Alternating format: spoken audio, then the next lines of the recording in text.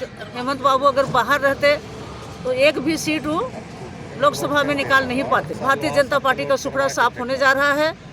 एक बहाना के तहत जमीन घोटाले के माध्यम से उनको जेल के अंदर में डाल दिया गया। लोगों को न्याय नहीं मिलता है, तब तक हम लोग ये आंदोलन को जारी रखेंगे। कैमरा के लिए पर जनता को कैसे कौन सी बड़ी मामला है, कौन सा बड़ा आरोप है और उस आरोप में माननीय हेमंत सोरेन जी को जेल में रखा गया। तो ये समझना चाहिए कि झारखंड की जनता जाग चुकी है। जितना भी सामाजिक संगठन है, सभी संगठन के लोग आक्रोश मार्च भी निकाले।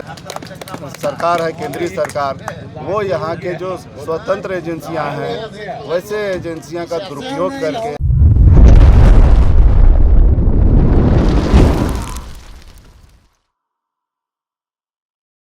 शिबू सोरेन जिंदाबाद जिंदाबाद जिंदाबाद, झारखंड मुक्ति मोर्चा जिंदाबाद जिंदाबाद जिंदाबाद। जल की ताला टूटेगा, हेमंत सोरेन छूटेगा, जल की ताला टूटेगा। हेमंत सोरेन छूटेगा। लगभग 1 महीना से आप लोग उपवास कार्यक्रम कर रहे हैं, क्या कहें? बोलना क्या है, ये उपवास में जो शक्ति है वो तो हिस्ट्री में देखा है कि कितने बड़े बड़े सरकारों को हिला दिया उसने। तो हम तो अपना जो कॉन्स्टिट्यूशनल राइट है और शांतिपूर्वक बैठे हैं और अपना रोष प्रदर्शन कर रहे हैं कि किस तरह से कॉन्स्टिट्यूशनल बॉडीज़ को मिसयूज़ करके एक लोकप्रिय नेता को कैसे जेल के पीछे भेजने का काम किया है मोदी सरकार ने। तो मुझे लगता है कि कहीं ना कहीं इसका असर ज़रूर पड़ रहा है। लोग में उत्सुकता है कि क्यों बैठे हैं। बहुत लोग आते हैं, पूछते हैं क्या है। और सबसे बड़ी बात है ये, इसके साथ साथ जो हमारी न्याय यात्रा चल रही है, जो गांव-गांव में गली गली जाके हर पंचायत में हर आदमी से मिलना, उनको बताना, उनको अवेयर कराना कि क्या हमारे साथ हो रहा है और कैसे, क्योंकि गांव के लोगों को बहुत कुछ पता नहीं चलता है कि क्या हो रहा है, पीछे की राजनीति नहीं पता चलती है और वो एक से एक 1-to-1 संवाद करके ही उनको बताया जा सकता है। तो मुझे लगता है कि ये बहुत अच्छा मौका है हम लोगों के लिए। और हमारा जो प्रोटेस्ट है इसी तरह आगे चलता रहेगा जब तक मुझे लगता है कि एक बार आचार संहिता लगने के बाद फिर हम इस पर कॉल लेंगे कि आगे की रणनीति क्या होगी। पर जब तक आचार संहिता लग नहीं जाती तब तक हमारा नित्य डेली प्रोग्राम के हिसाब से हम यहाँ बैठ रहे हैं, शांतिपूर्वक तरीके से अपना रोष प्रदर्शन कर रहे हैं। कल्पना सोरेन भी राजनीति में सक्रिय हो गए हैं, उस पर क्या? ये देखिए, एक आप ये सोचिए कि क्यों एक गृहिणी को आना पड़ा। सोचिए कितना लोगों ने मेंटल टॉर्चर किया होगा उस लेडी को और किस तरह के अभी वो मेंटल स्टेटस से गुजर रही हैं। तो जब आदमी होता है ना कि जब साइकोलॉजी में जब एक कॉर्नर में पुश कर दिया जाता है, जब कोई सहारा है, तब फिर वो एग्रेसिव हो जाता है। और जहाँ तक क्योंकि वो हेमंत जी की पत्नी भी हैं और एक नारी भी हैं, नारी होने के साथ साथ जो उनके अंदर जो जिस तरह से वो लोगों से कनेक्ट कर पा रही हैं, उनके अंदर जो अट्रैक्शन है लोगों को अट्रैक्ट करने का उनकी और अपनी बातों को इतनी सादगी से रखने का जो उनका जो तरीका है, मुझे लगता है कि हमारे लिए तो गॉड सेंट है और वरदान के रूप में भी साबित हो रहा है। और जो काम हमें लग रहा था कि हम 70-75% तक कर सकते हैं, उनके आने से वो 100% तक पहुँच गया। परिचय दीजिए। अरविंदर सिंह देओल, जिला प्रवक्ता JMM रांची। लगातार 1 महीना से आप लोग उपवास कार्यक्रम में बैठे हैं। आपके मुखिया जेल में, चुनाव भी नज़दीक है, क्या कहेंगे जनता को? भी आपके माध्यम से मैं जनता को बता देना चाहती हूँ कि हमारे मुखिया जेल के अंदर है और जेल के अंदर है तो किसके लिए अंदर है। जिस प्रकार से भारतीय जनता पार्टी अपना चुनाव जीतने के लिए हमारे मुखिया को वहाँ अंदर जेल के अंदर कर दिए हैं, सभी जनता जान रहे हैं कि क्यों उसको अंदर किया गया है।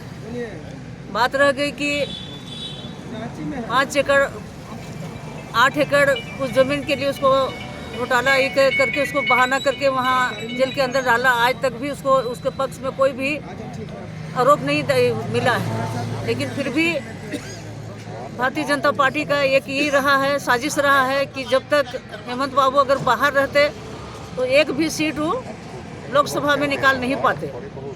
और आज भी जो वो सोच करके किया था हेमंत बाबू को बंद करने के लिए, अरेस्ट करने के लिए जो उन्होंने कदम उठाया, वो अपने पैर में खुद ही वो कुल्हाड़ी मारे हैं।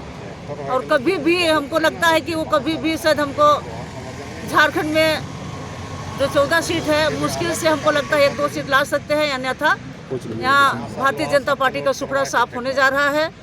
और जब तक हम लोग की जो उपवास है, उपवास में हम लोग तब तक रहेंगे जब तक कि उसके साथ में न्याय नहीं होगा। चाहे हम लोग को 6 महीना लगे, 2 महीना लगे, जितना दिन भी रहे, जब तक वो जेल से बाहर नहीं आते हैं तब तक हम लोग का उपवास हमेशा जारी ही रहेगा। अभी तो पूरे जनता लोग जो गांव देहात में हैं, वे लोग अपने अपने जगह पर जैसे के माध्यम से घर घर में जा कर के जो गांव के जनप्रतिनिधि हैं, वे गांव गांव में जाके घर घर जा कर के भारतीय जनता पार्टी के बारे में सभी को समझा रहे हैं, बता रहे हैं कि वे लोग किस प्रकार से हम लोग का मुखिया को जेल के अंदर बंद किया है। इसीलिए आप लोग को समझना है। देखा कि जो अब आवास के समय में घर घर में जो गरीब है, जिसके यहाँ कच्चा मकान था, उनको रहने के लिए घर दिया। उनको पहनने के लिए कपड़ा नहीं होता था तो कपड़ा, धोती, साड़ी और लुंगी उनको देना शुरू किया। जो हमारी महिलाएं जो 15 साल 16 साल में जो विधवा हो जाती थी, उनको भी विधवा पेंशन दिलवाने का उन्होंने काम किया है। इस तरह से प्रत्येक घर में हमारे जो मुखिया हेमंत बाबू जो यहाँ की झारखंड की जनता के लिए उन्होंने जो कदम उठाया है, चाहे यहाँ के नौजवानों के लिए, यहाँ की महिलाओं के लिए, जो यहाँ के वृद्धाओं के लिए, विधवाओं के लिए, यहाँ के बच्चों को पढ़ाई लिखाई के लिए जो उन्होंने कदम उठाया है, इसी को भारतीय जनता पार्टी का सरकार को नहीं भाया तो उन्होंने एक बहाना के तहत ज़मीन घोटाले के माध्यम से उनको जेल के अंदर में डाल दिया गया है।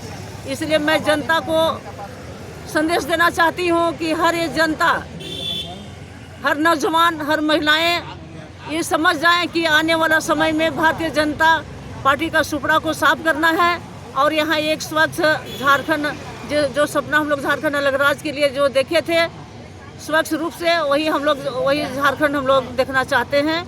और ये हम लोग का आंदोलन जब तक हेमंत बाबू को न्याय नहीं मिलता है तब तक हम लोग ये आंदोलन को जारी रखेंगे। कैमरा के लिए परिचय दीजिए। सुशीला का आंदोलनकारी केंद्रीय कमेटी की सदस्य। झारखंड में हेमंत सोरेन के द्वारा जिस तरह से लोग काम करने का प्रयास किया गया, आपने देखा होगा जब सरकार बनी यहाँ कोरोना काल हुआ। कोरोना काल में इतना सही ढंग से झारखंड के लोगों के लिए काम किया, हवाई जहाज से लेके, बस से लेके, ट्रेन से लेके, चाहे जैसे भी हो, झारखंड की जनताओं को जो है घर तक पहुँचाने का काम किया। उसके बाद लगातार यहाँ के मूलवासियों के लिए, यहाँ के आदिवासियों के लिए, गरीबों के लिए, छात्रों के लिए इन्होंने काम करना शुरू किया और इतना लोकप्रिय हुए कि पूरे देश में इनका चर्चा होने लगा। भारतीय जनता पार्टी ने जो है घबरा के इनको आनंद फानंद जिस केस में आज तक प्रूव नहीं कर पाए कि यह ज़मीन जो है इनकी थी, माननीय हेमंत सोरेन जी ने चैलेंज भी किया कि अगर यह ज़मीन मेरी है, आप प्रूफ कर देंगे तो मैं राजनीति से संन्यास ले लूँगा या झारखंड छोड़ दूँगा। आज तक इन लोगों ने जो है इसको प्रूफ नहीं कर पाया और इनकी लोकप्रियता को देखते हुए और आने वाले लोकसभा चुनाव को देखते हुए इन्होंने जो है ज़बरदस्ती जेल में भेजने का प्रयास किया, लेकिन भारतीय जनता पार्टी को इसका जो है उल्टा पड़ा है और आने वाला दिन जो लोकसभा चुनाव है, निश्चित रूप से भारतीय जनता पार्टी का सुपड़ा साफ होने वाला है। झारखंड में एक सीट भी नसीब नहीं। परिचय दीजिएगा अपना। शमसुर होदा मेरा नाम हुआ, जेएमएम जिला सचिव लाते हैं। देखिए, झारखंड मुक्ति मोर्चा जब से माननीय पूर्व मुख्यमंत्री हेमंत सोरेन जी इस राज्य के कमान संभाले, तब से यहाँ महागठबंधन की सरकार बनी और भारतीय जनता पार्टी को उस समय से किरकिरी बढ़ने लगी और यहाँ के तमाम जनमानस में हेमंत बाबू जो काम किए, जो लोगों को हित में काम किए और वैसे लोगों के हित में काम किए जिनको आज तक वो ब्लॉक, प्रखंड और जिला तक की नज़र नसीब नहीं आई थी। और वहाँ तक वो जाके उनके कार्यकर्ता स्वयं अपने, उनके मंत्री, उनके अधिकारी को भेज के जो काम कराए। तो जनमानस जो है सो हेमंत बाबू के प्रति आभार व्यक्त किया, झारखंड मुक्ति मोर्चा के प्रति आभार व्यक्त किया, गठबंधन के प्रति आभार व्यक्त किया। और इस तरह से इनकी लोकप्रियता जो बढ़ गई, तो भारतीय जनता पार्टी को यहाँ पे किरकिरी लगने लगी कि इनके रहते हम लोग राज्य में किसी भी प्रकार का कोई भी चुनावी मुद्दा में सफलता नहीं पाएंगे। चाहे वो आपका उपचुनाव हो, वहाँ भी वो नहीं सके। तब उन पर गलत सलत आरोप लगा के ज़मीन का, जबकि ज़मीनी मामला में कहीं भी क्रिमिनल केस की तरह अरेस्ट नहीं किया जाता है, उसको आधार बना के उनको गिरफ्तार किए, जो कि उचित नहीं था।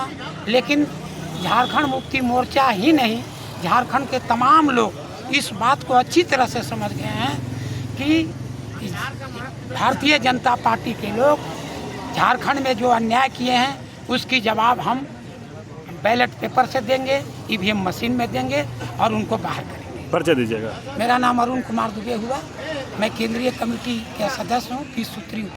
दादा, आप लोग 1 महीना से ऊपर से उपवास कार्यक्रम में हैं, क्या कहेंगे? क्या लगता है आगे भी क्या कोई राजनीति है? देखिए, हम लोग जो उपवास पर यहाँ बैठे हुए हैं, सभी लोगों को मालूम है, पूरे देश को ये मालूम है कि माननीय हेमंत सोरेन जी के ऊपर किस तरह का झूठा आरोप लगाकर और उनको जिस तरह से गद्दी से उतार दिया गया, उसके बाद जेल में भी डाल दिया गया। तो उसी के न्याय की मांग को लेकर हम लोग यहाँ उपवास पर बैठे हुए हैं।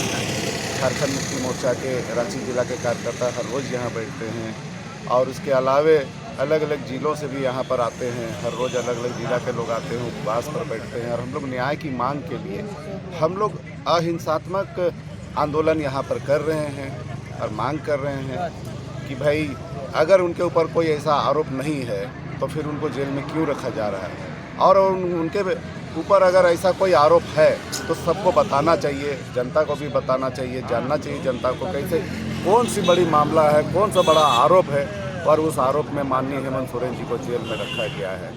तो ये साफ पता चलता है कि जो हमारे देश के केंद्र सरकार हैं, भारतीय जनता पार्टी के लोग हैं, ये लोग हेमंत सोरेन जी के उभरते हुए जो इनका कद बढ़ रहा है, उस कद से इन लोगों को डर लग गया है और उस डर के कारण माननीय हेमंत सोरेन जी को जेल के अंदर रखना चाह रहे हैं लोग, और उनको जेल के अंदर में रहे और तब यहाँ चुनाव हो तो इन लोगों को लगता है कि हम लोगों का सीट बच पाएगा, ऐसा उन लोग सोच रहे हैं। और माननीय हेमंत सोरेन जी अगर रहें बाहर और जब ये प्रचार प्रसार में घूमेंगे और जिस तरह से उनका काम करने का तरीका है, जो सरकार में वो मुख्यमंत्री के पद में रहते हुए काम करते हैं, तो इससे लगता है उन लोगों को कि हेमंत सोरेन के रहते हम लोगों का दाल नहीं गलेगा, उन लोगों का सीट नहीं बच पाएगा, वो चाहे लोकसभा की हो चाहे विधानसभा की हो, उन लोगों का सीट नहीं बच पाएगा। ये सोच के ये लोग माननीय हेमंत सोरेन जी को गद्दी से उतार के जेल में डाला है।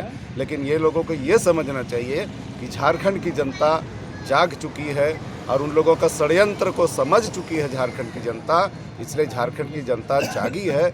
अब आने वाले समय में झारखंड की जनता उसको जवाब देने के लिए तैयार है। आप देख रहे होंगे कि हम लोग यहाँ उपवास पर बैठे हैं, हमारे कार्यकर्ता गांव-गांव में भी जा रहे हैं, गांव-गांव में भी लोग पदयात्रा करके न्याय की मांग कर रहे हैं, लोगों को बता रहे हैं कि हमारे साथ किस तरह न्याय हो रहा है। और उसी का एक कड़ी आप लोगों ने देखा होगा, कल 13 मार्च को पूरे राजधानी में आदिवासियों का जो जितना भी सामाजिक संगठन है, सभी संगठन के लोग आक्रोश मार्च भी निकाले। तो इससे पता चलता है पूरे झारखंड में लोग पूरा आक्रोशित हैं, चाहे आदिवासी हो, मूलवासी, यहाँ के रहने वाले जितने हैं, सभी लोग आक्रोशित हैं और सभी लोग न्याय की मांग कर रहे हैं। विधायक अंबा प्रसाद ने आरएसएस और बीजेपी के ऊपर बड़ा आरोप लगाया प्रताड़ित करने का। कल ईडी भी उन पर छापेमारी की थी, कैसे देखते हैं इस तरह का मामले? देखिए, जो दिख रहा है कि हमको लगता है कि